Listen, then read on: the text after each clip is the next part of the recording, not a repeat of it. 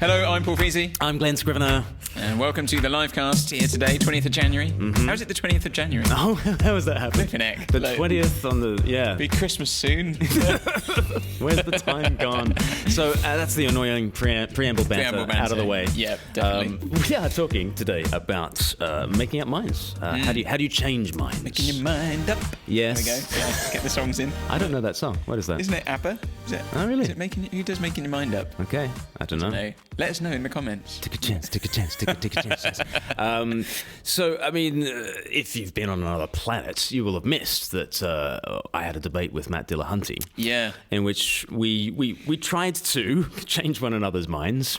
And within the debate, there was the weirdest Steven Crowder episode ever. When Matt Dillahunty challenged me, I don't believe in human value, changed my mind. Let's have a look at some of that. And it's prompted what we want to talk about today, which is how do you change minds? Yeah. You have to figure out a way to change their mind.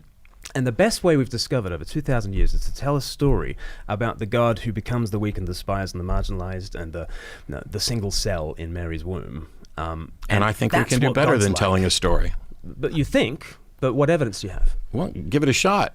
There's no reason to think it's not worse. It's any worse. Except all the scientific studies that are cited. So there I talk about the way we've found to change minds has been to tell a story. Over 2,000 years, that actually immersing people in the story of Christianity is what has shaped the Western mind.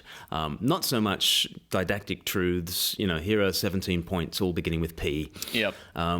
It's been inhabiting a world, inhabiting a drama. Tom Holland talks about inhabiting the drama of Christianity is what has shaped the Western mind. And if we're going to change minds, actually, first of all, we might need to change hearts. Sure. That's kind of the theory behind it, and it's been brought to my attention that this is the way that people change their minds in a number of different ways. I read this article called "The Physics of Public Opinion" this week, in which some physicists were trying to figure out how it is that societies in general change minds, and they started modeling the way that societies change their mind on the way that certain particles decompose just physically. And some of the same dynamics in which things go from one state to another state map onto the way that people change their minds, in real life. And they started talking about these stubborn agents. And everything when it comes to persuading people one way or another is about stubborn agents and making sure you've got enough stubborn agents on your side rather than the other side. And fascinatingly, the conclusion to this article, we'll put a link in the description box.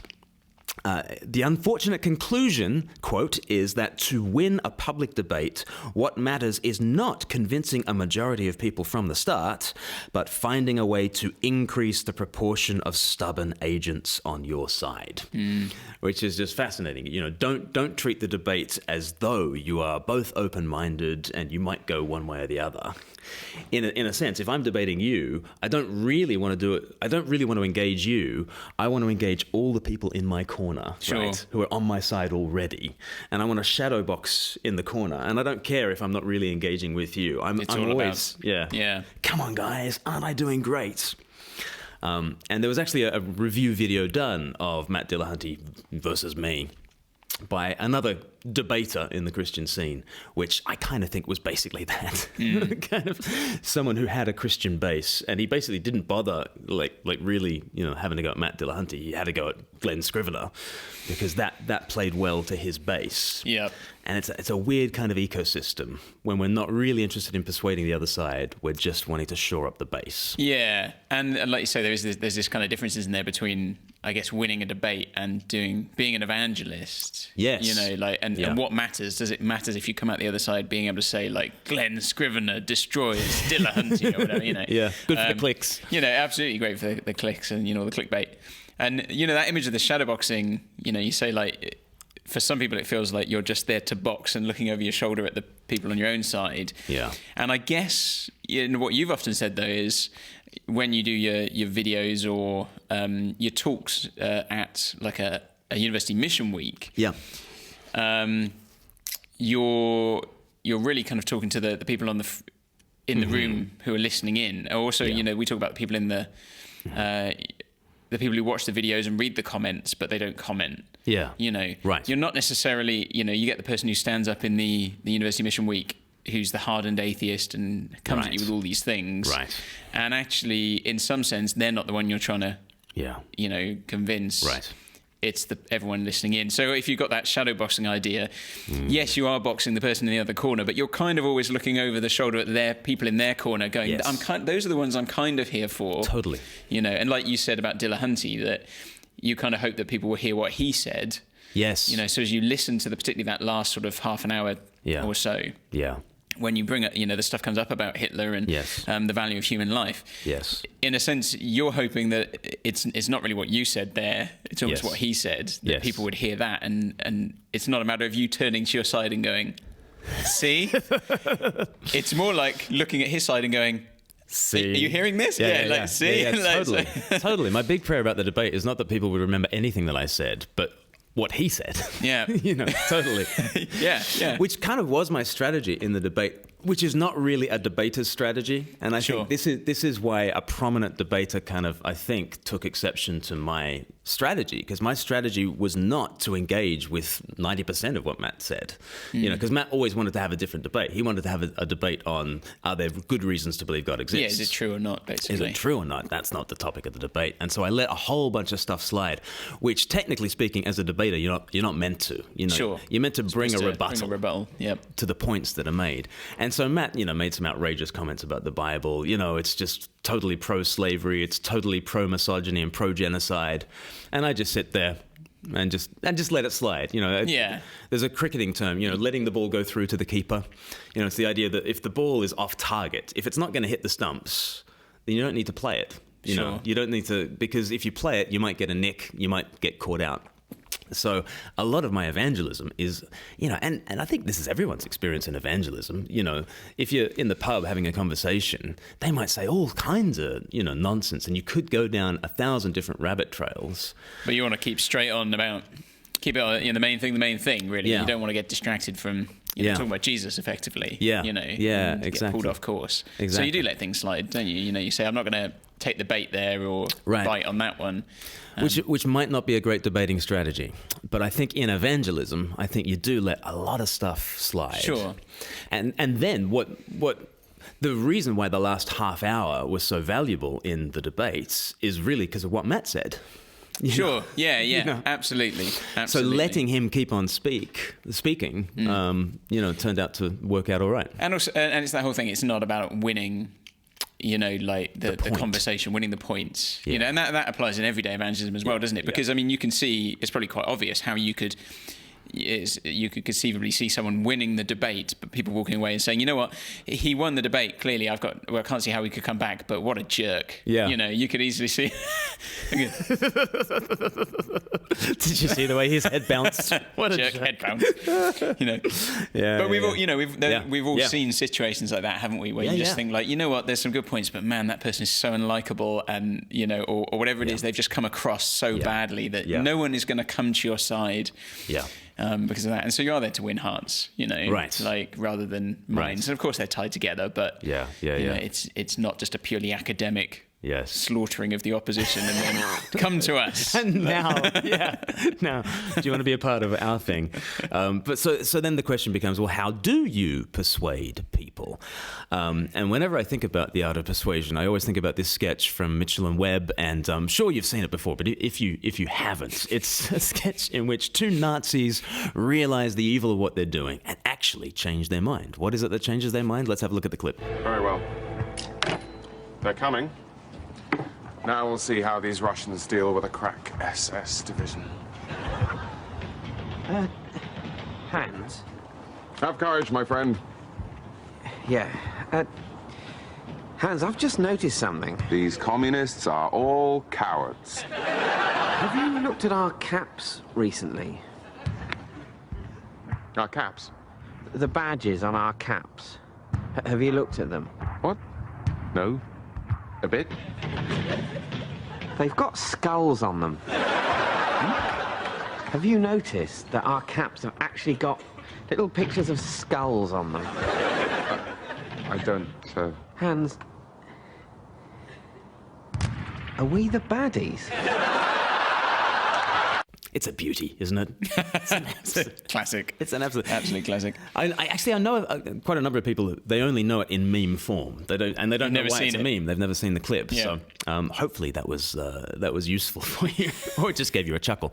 But I think the reason why it's funny is because that's not how people tick. Right? The Nazis didn't look at the skull on their uniform and go, hang on a minute, abandon ship. That isn't how we tick. So the whole comic conceit is that this is ridiculous. People don't act like that. They double down. We've got skulls, but we are the first, righteous people to wear skulls. And, that's how you do it, because people are motivated reasoners, full of confirmation bias. And that's how we tick. And I think, the Apostle Paul speaks about this in 2 Corinthians 10.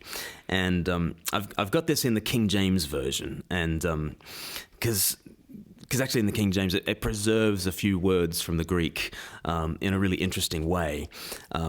Paul says, as he's engaged in his preaching ministry, he says, "For though we walk in the flesh, we do not war after the flesh.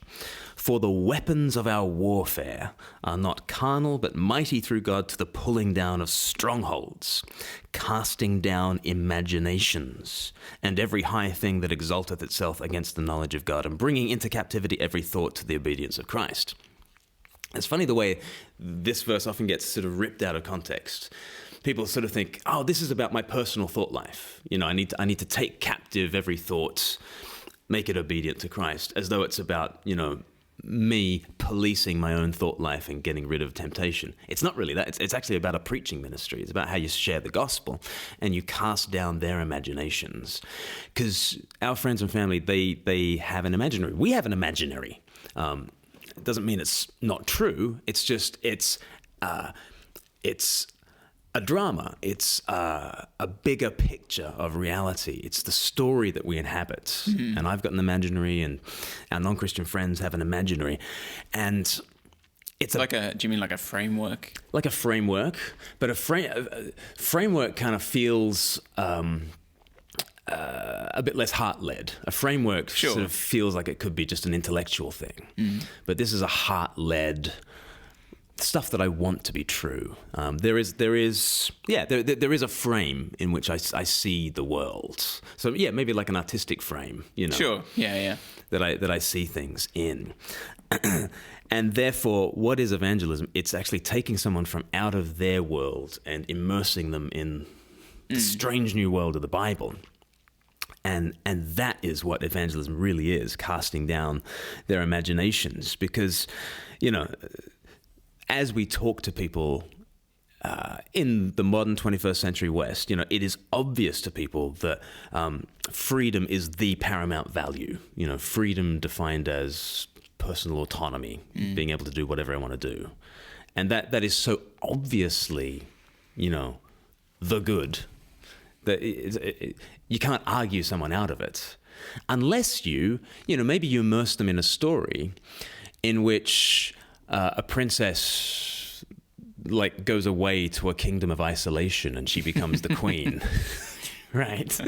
And she sings this song, and I think Frozen really interestingly undercuts the sort of freedom narrative, because she just does what she wants to do, doesn't she? Elsa goes away to the ice palace, and it ends up being a prison for her, and so how do you argue someone out of a view of freedom as the ultimate value? Well, maybe you tell a story. Maybe you tell a story like Frozen. Maybe you tell a story like the younger son goes off into the far country and ends up in a pigsty. Yeah.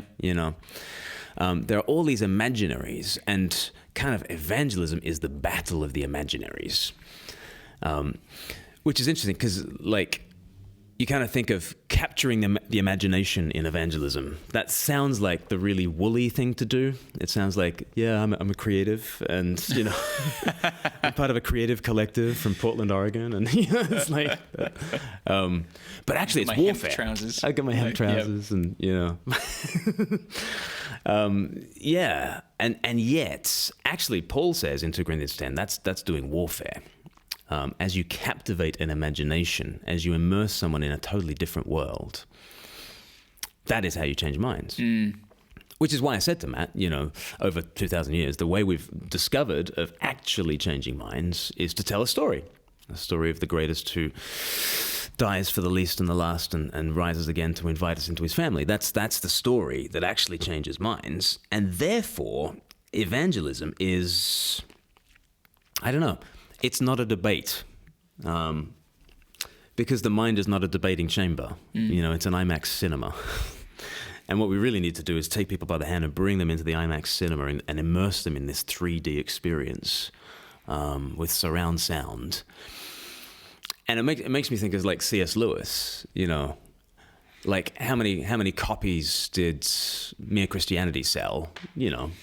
A few million. It's done really well. Fairly well, yeah. It's done fairly well. But how many copies has Lion, the Witch, and the Wardrobe sold? Like 100 million. Right. Yeah. And you just ask yourself the question, how many people has Mere Christianity persuaded? A lot of people, but how many people has Narnia persuaded?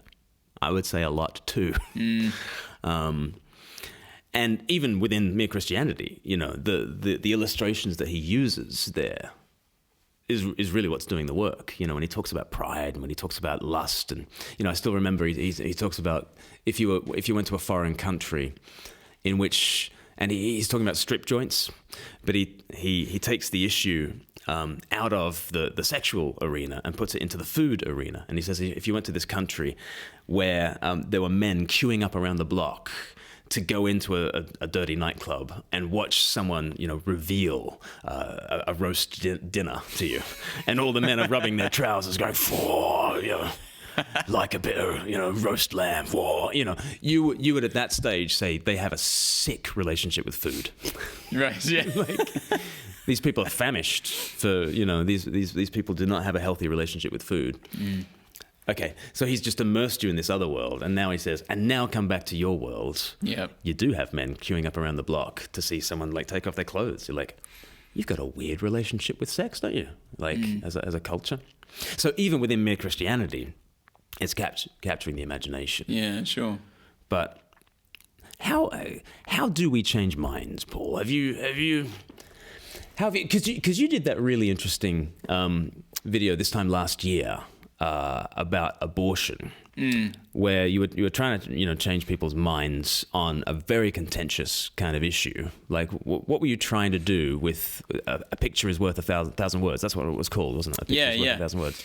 So the idea with that was that you can tell people things again and again and again, but sometimes that seeing something makes a huge difference, and the way that had been shown through history. So with the issue of kind of slavery, so people kind of knew slavery was going on, but it wasn't until they were kind of confronted with, here are the pictures of the slave ships and what it looks like for these people to be living in these conditions. Here are the kind of shackles that they wear. And, similarly with kind of the civil rights movements, so Emmett Till, the little boy who kind of was one of the reasons, at least, Rosa Parks stayed on the bus, this boy who was lynched and stuff, and his mother had an open casket, right. Well, not even an open casket, just in the house, he was just on the table. This boy had been brutally beaten and murdered and just disfigured and put on display for all to see, and people kind of saw the horror of kind of racism, just laid out before them.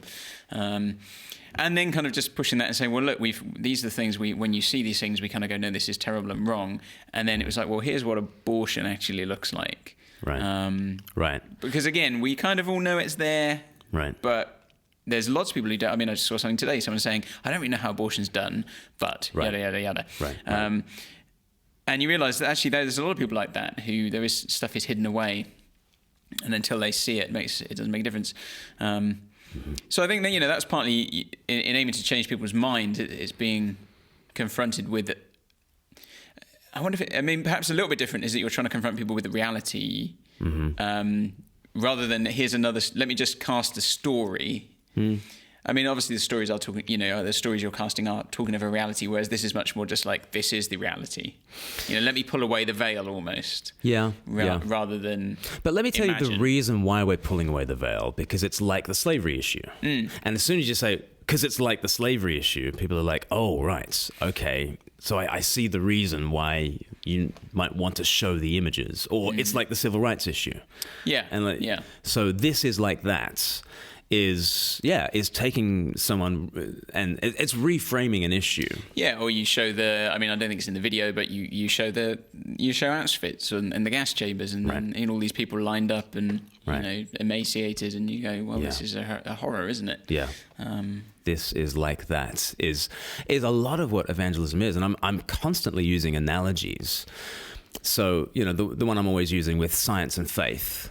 Betty the botanist. Betty the botanist, and Gareth the lab assistant. Gareth the lab assistant, that's it. I was trying to think of his name there, yeah. Lovely Welsh lad, Gareth the lab assistant. And, so lovely. So lovely. So he's in love with Betty.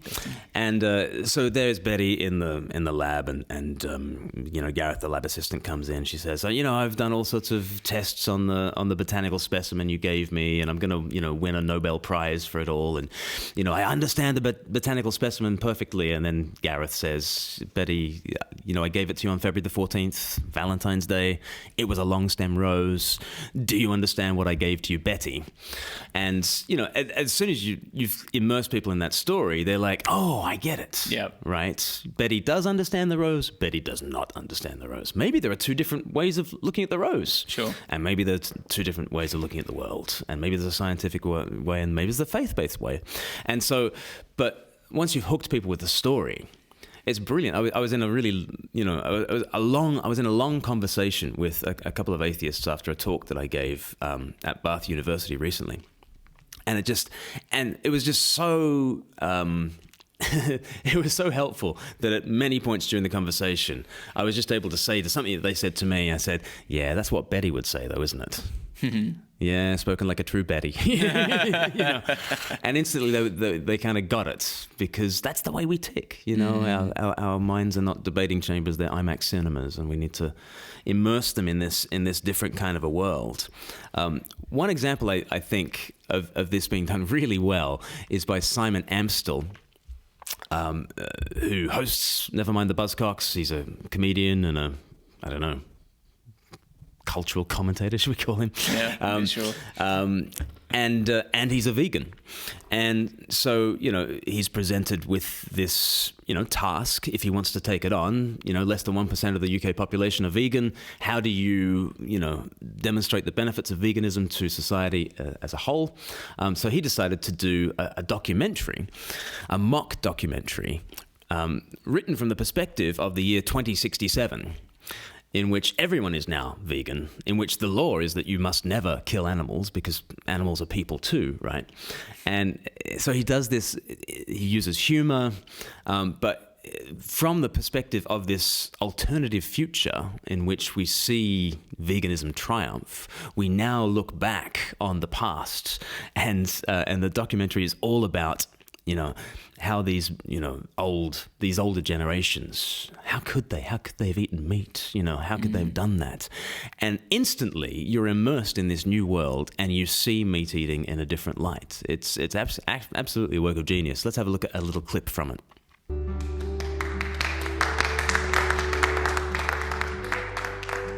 Younger viewers may find these confessions monstrous, but Dr. Vondenbergen believes it's now time for us to face what happened together. It's very cruel for youngsters today to ask, why did these people do what they did? We couldn't have known that we were active participants in a slave trade because the language of the time suggested we were just eating our dinner. Inspired by Vondenbergen's transformative work, this film aims to finally break the silence and the shame around our animal-eating past. Try bacon. Tastes delicious. Could you have done anything differently at that point in your life? Because if we don't, how can we even begin to forgive each other? Or appreciate the debt we owe to the rebels who paved a path to freedom?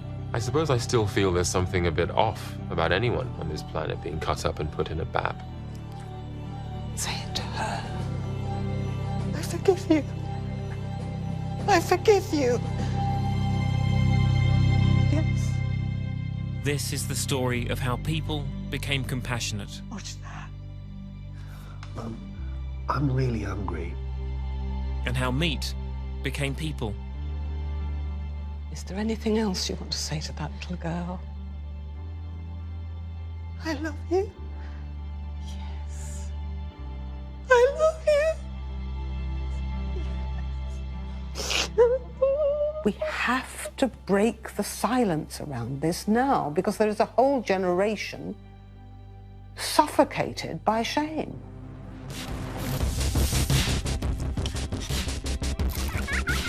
Who were we?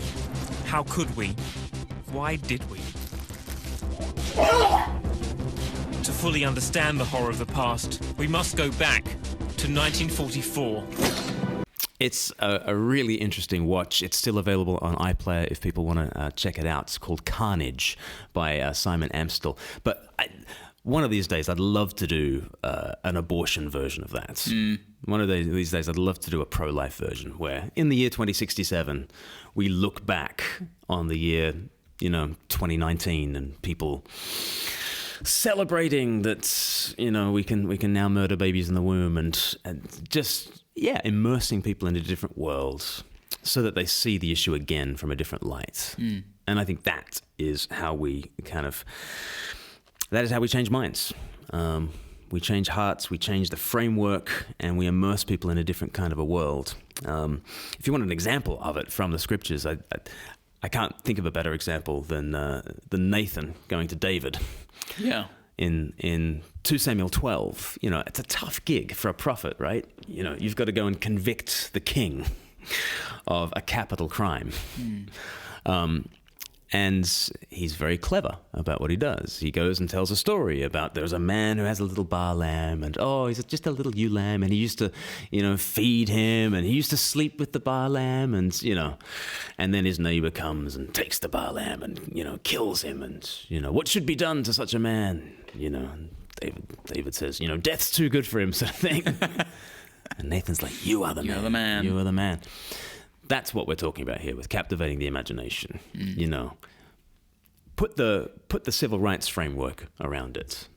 Put the slavery framework around it, and like, you are the slaver. You are the slaver. I think that is the way that we ultimately convince people and change minds, by changing hearts and captivating imaginations. Yeah. So there's still a reason to do debates and this, but I think your tactic within the debate is you're constantly reminding yourself that the mind is not a debating chamber. Yep. And you're constantly trying to get people back into the IMAX cinema. Well, that ought to do us for today on the LIVEcast, Changing Minds, Winning Hearts. And if people want to get in touch with us for the next week, what should they do, Paul? Yeah, if people want to just keep up with what we're doing, then make sure you give us a like on Facebook. If you're on Facebook, if you're on YouTube, do subscribe and follow all our stuff. You can sign up for our newsletter online if you go to our website, so you can keep you abreast of all the things going on. And if you want to support our work, you can go to speaklife.org.uk/give, and there are various ways to support us there. Very good. And next week, a bunch of us will be up in Edinburgh University, reaching out to, in fact, 4 different universities in Edinburgh, including Edinburgh University. And so you can be praying for us as we reach out with the good news there. But we will see you very soon, people, and thanks for joining us. See you later. Thanks so much. Bye.